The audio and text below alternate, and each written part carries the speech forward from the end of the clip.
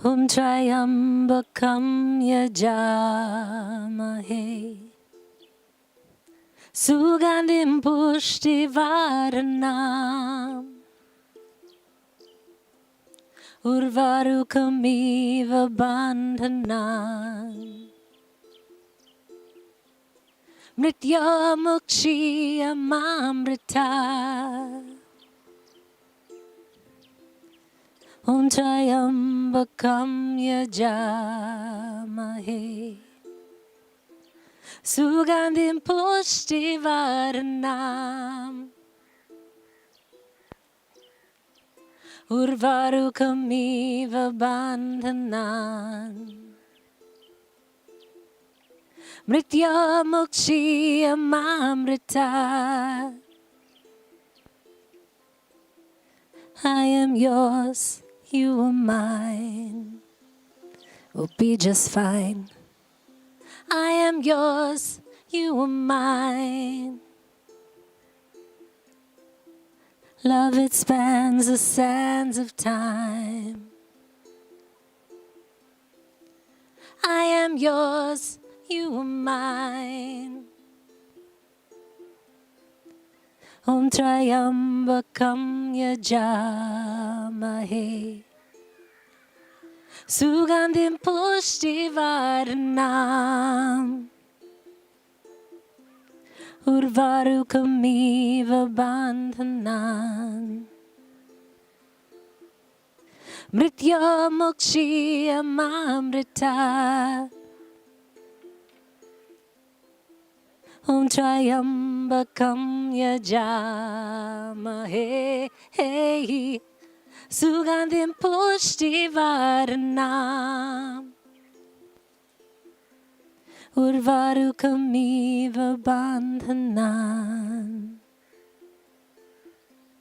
Mrityamukshiyamamrita Trayambakam yajamahe Sugandhim pushtivaranam Urvarukamiva bandhanan Mrityamukshiyamamrita I am yours, you are mine. I am yours, you are mine. Love, it spans the sands of time. I am yours, you are mine. Trayambakam yajamahe Sugandhim pushtivaranam Urvarukamiva bandhanan Mrityamukshiyamamrita Trayambakam yajamahe Sugandhim pushtivaranam Urvarukamiva bandhanan Mrityamukshiyamamrita Trayambakam yajamahe Sugandhim pushtivaranam Urvarukamiva bandhanan Mrityamukshiyamamrita Trayambakam yajamahe Sugandhim pushtivaranam Urvarukamiva bandhanan Mrityamukshiyamamrita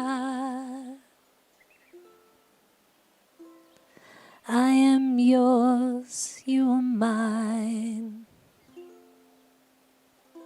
I am yours, you are mine.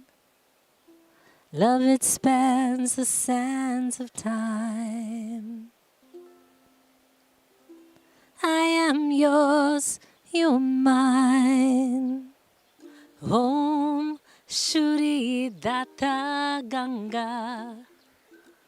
Namo Namo Om Shri Data Ganga Mata Namo Namo Om Shri Data Ganga Mata Namo Namo Shri Data Ganga Mata Namo Namo. I stand in your water and you flow. I'm letting go. Stand in your waters and you flow. I'm letting go. Om Shri Tata Ganga Mata Namo Namo. Om Shri Tata Ganga Mata Namo Namo. I'm healed in your waters and you flow. I'm letting go. I'm healed in your waters and you flow. I'm letting go. Om Shri Tata Ganga Mata Namo Namo. Om Shri Tata Ganga Mata Namo Namo. I stand in your waters and you flow. I'm letting go. I stand in your waters and you flow. I'm letting go. Om Shri Tata Ganga Mata Namo Namo. Om Shri Tata Ganga Mata Namo Namo. Om Jai Ma, Jai Ma. Namo Namo Om Jai Ma Ganga. Namo Namo Om Jai Ma Ganga. Namo Namo. I stand in your waters and you flow. I'm letting go. I stand in your waters and you flow. I'm letting go. Om Shri Tata Ganga Mata Namo Namo. Om Shri Tata Ganga Mata Namo Namo. I'm healed in your waters and you flow. I'm letting go. I'm healed in your waters and you flow. I'm letting go. Om Shri Tata Ganga Mata Namo Namo. Om Shri Tata Ganga Mata Namo Namo. Om Shri Tata Ganga Mata Namo Namo. Om Shri Tata Ganga Mata Namo Namo. I stand in your waters and you flow. I'm letting go. I stand in your waters and you flow. I'm letting go. Om Shri Tata Ganga Mata Namo Namo. Om Shri Tata Ganga Mata Namo Namo. Om Shri Tata Ganga Mata Namo Namo. I'm healed by your waters and you flow. I'm letting go. I'm healed by your waters and you flow. I'm letting go. Shuri Tata Ganga Mata Namo Namo. Shuri Tata Ganga Mata Namo Namo. Where we gather together in this beautiful experience together, diving into truth.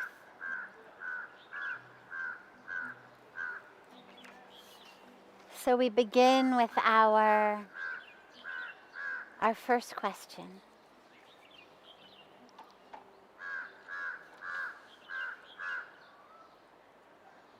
How do we keep the heart open without feeling the pain that arises when we witness suffering?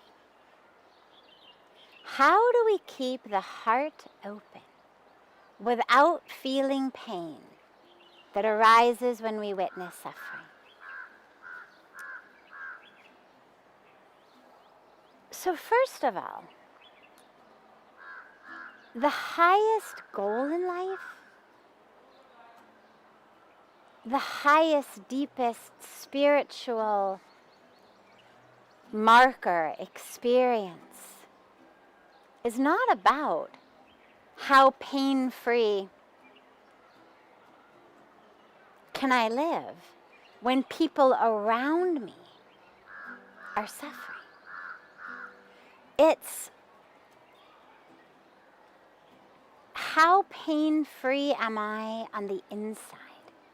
The pain that spirituality frees us of is that internal ego, grudges, anger, unfulfilled expectations, jealousies, all of that nonsense that causes suffering. Our attachment to our histories, things that happened that we wish hadn't happened, things that didn't happen that we wish did happen, things in our current life that we wish were happening differently.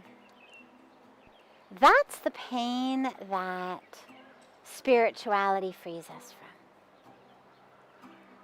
But it doesn't disconnect us from the world around us. And actually, one of the beautiful marks of deep spirituality is that experience of the pain of others as your own. And so whether it's experiencing the pain of those who are hungry and homeless, experiencing the pain of children who are orphans or women dying in childbirth, trees being cut down, rivers being polluted, our sisters and daughters and mothers being raped, the air being polluted, children dying of that air pollution. Spirituality is not that which cuts us off from experiencing the suffering that causes. Spirituality actually opens us to that because it makes us know that's not separate from me. When I don't live a spiritual life, I feel like, well, that is someone else's problem, not my problem. Starving kids in Africa, not my problem. Rainforests being cut down, not my problem. 1 billion people sleeping hungry, not my problem. Billions of people without access to clean water, not my problem. As long as I can turn on my tap and something flows, not my problem. That's not the spiritual response to life. That's not the way to tell a spiritual being. The spiritual being is the one who understands every tree that is being cut down is me. The waters that are being polluted are me. Those who are drinking the polluted water and suffering are me. We're all one. So experiencing that suffering of others in the world is actually a very, very beautiful experience, because it makes us know we are connected to the world. We are one. However, that suffering is not just about my life now, should be only rooted in the suffering that others are experiencing. Because in our oneness, what we realize is, I'm one with those who are suffering, but I'm also one with those who are celebrating. And just as the hungry child is me, just as that woman who has been assaulted is me, just as the tree that is being cut down is me, so is the newborn, beautiful, healthy, giggling baby me. So is the family looking into that baby's eyes me. So is the river that is flowing clean and clear and healthily also me. So when we open our hearts to the world, we don't open only to the suffering, because that's not a full opening. When we really open our hearts, yes, there is death, and there is pain, and there is destruction, and there is greed, and there is beauty, and there is birth, and there is love, and there is compassion, and there is care. And even more than the people who are harming others are those who are helping and serving others. And even more than those who are being raped and killed and harmed by others are those who are being cuddled and loved and held and cared for and served by others. And so, yeah, the tree being cut down is me. But the flower opening its petals so lovingly to the morning sunshine is also me. So keep your heart open, not expecting that you're going to somehow be disconnected from the reality of the world. But realize that that reality is not only suffering, that reality is great joy, great love, great connection and oneness. Feel that. Feel not just the pain of others, but feel the joy of others. Not just their loss, but their celebration. Feel it all. And lastly, what we realize is, on one level, there is suffering, there is pain, there is joy, there is celebration. That's on one level. And a whole other level, there just is awareness. And so as you open your heart to that suffering, as you realize on one level, that is me, realize that on a whole other level, on the deepest level, you are consciousness. So you're neither the sufferer nor the celebrator. You're neither the one who is being born nor the one who is dying, nor the one who is being harmed or the one who is being helped. Neither the one who has everything or the one who has nothing.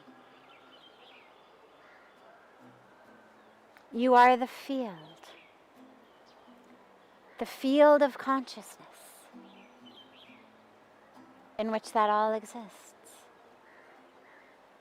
You are the awareness. You are the witness. You are the consciousness, and you are the one who is conscious. You are the awareness and the one who is aware. The one who is awake.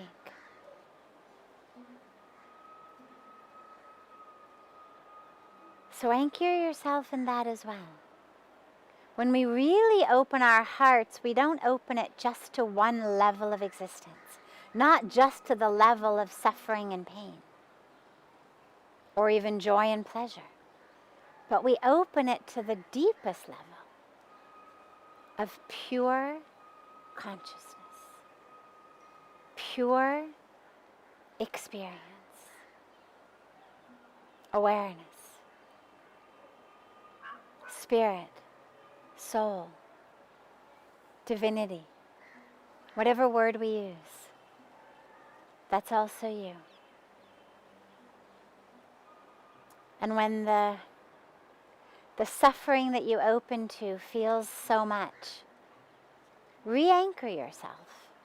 Anchor yourself in that place of consciousness. But don't forget the level of the suffering, because that's the work we have to do, and that level is also real. It's why we've been given a human incarnation. It's not just to pretend that it doesn't exist, but to be able to live in that state of awareness in which we are consciousness, we are awareness, and we are open and connected to the suffering in the world, which is also real. And therefore we serve and we act for it. And we do whatever we can to help heal it. And we are aware that all is perfect and all is God.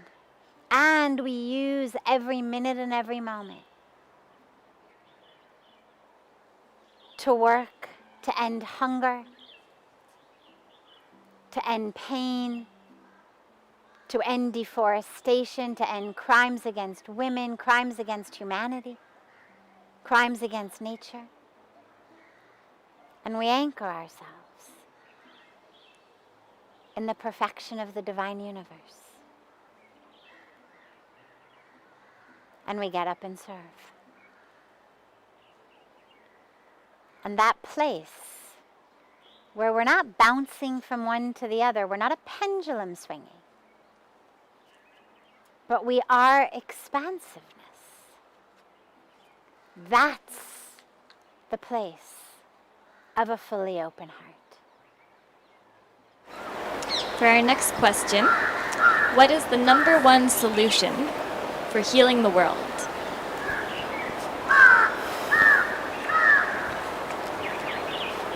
The number one solution for healing the world. Courage and connection.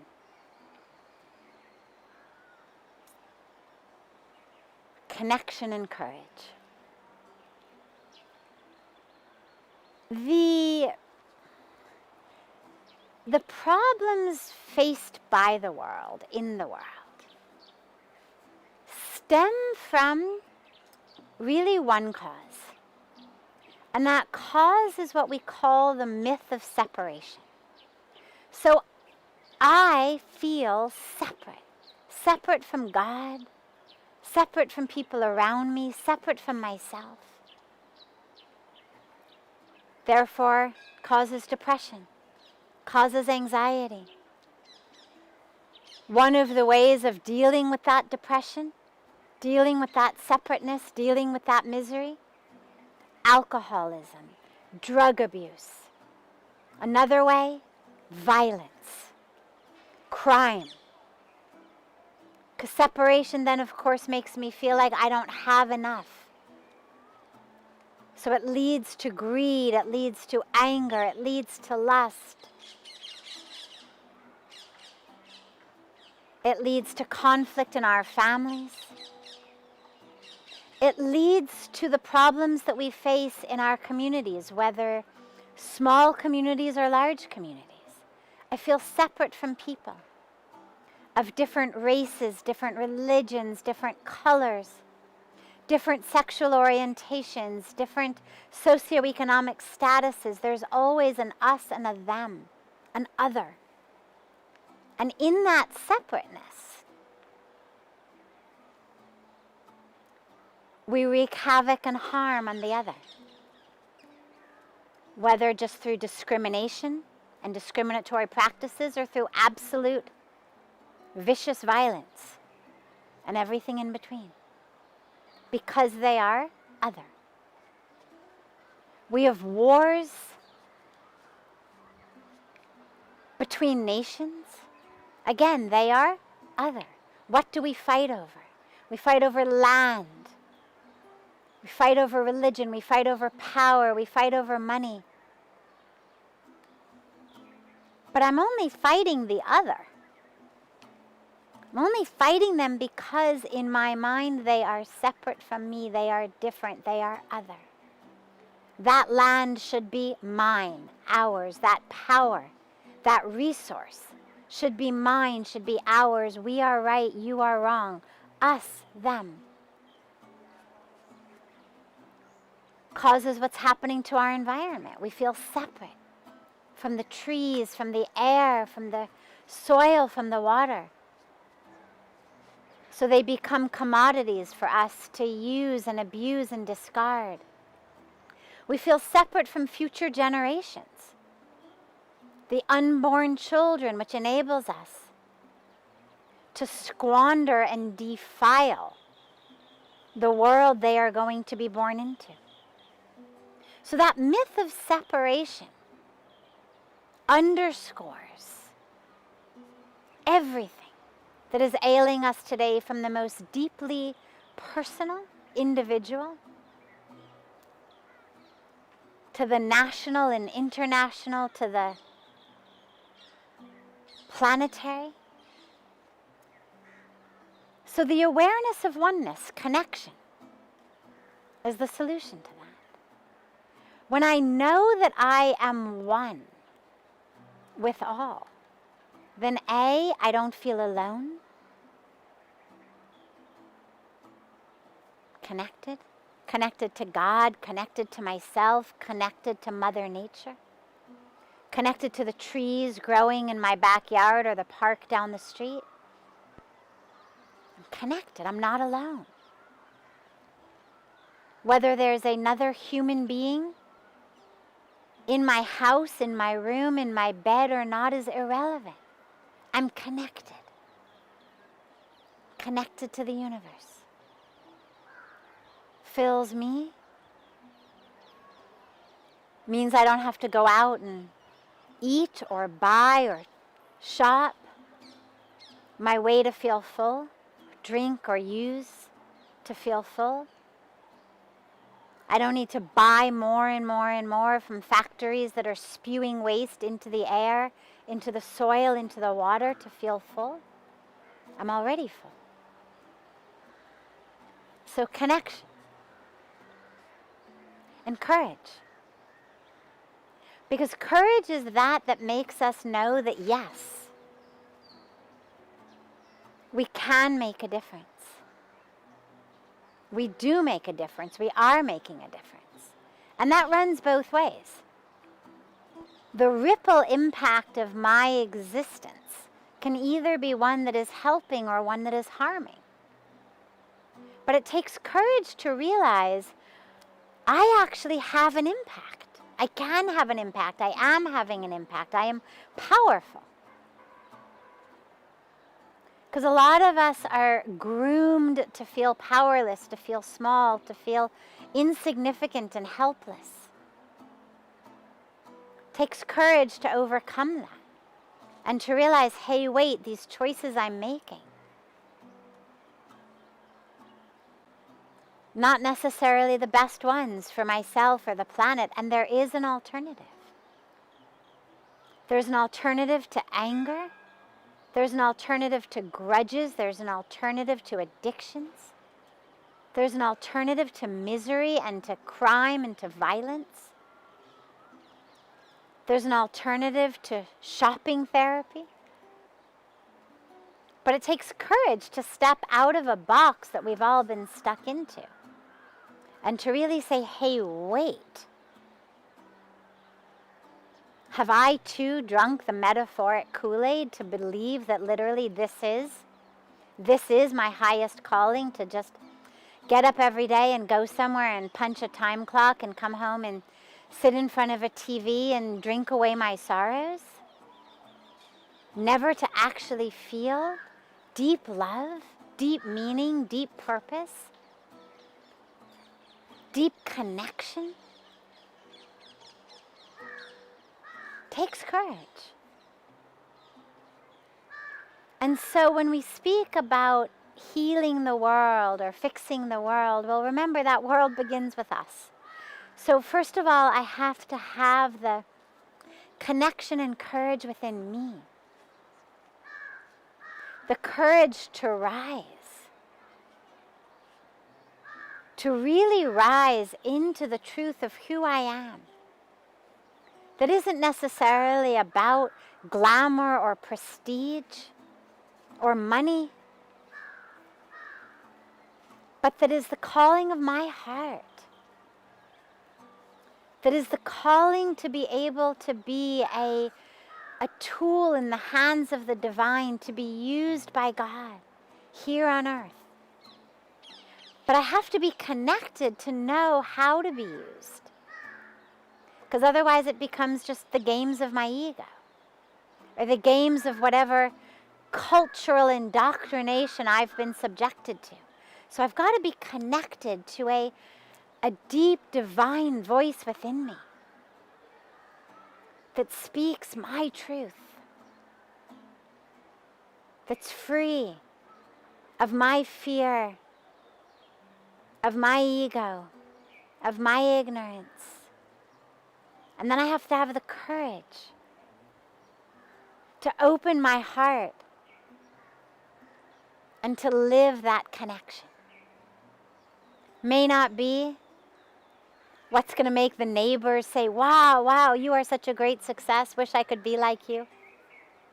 May not be something that puts us on the cover of a magazine or gets us the most likes on social media, or is exactly what our parents wanted to do or wanted us to do.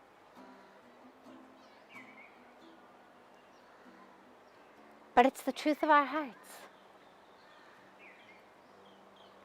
And that takes both courage and connection, because the ego can very easily hijack that whole situation.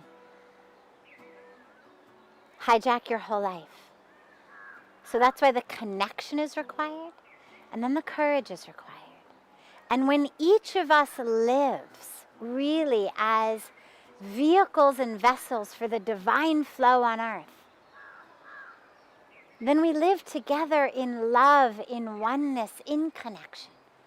There is no one to steal from, no one to harm, no one to cheat, no one to exploit. It's all us. And as Gandhiji said so beautifully, there's more than enough for everyone's need and never enough for anyone's greed. So when we live together as one, we live according to our collective need.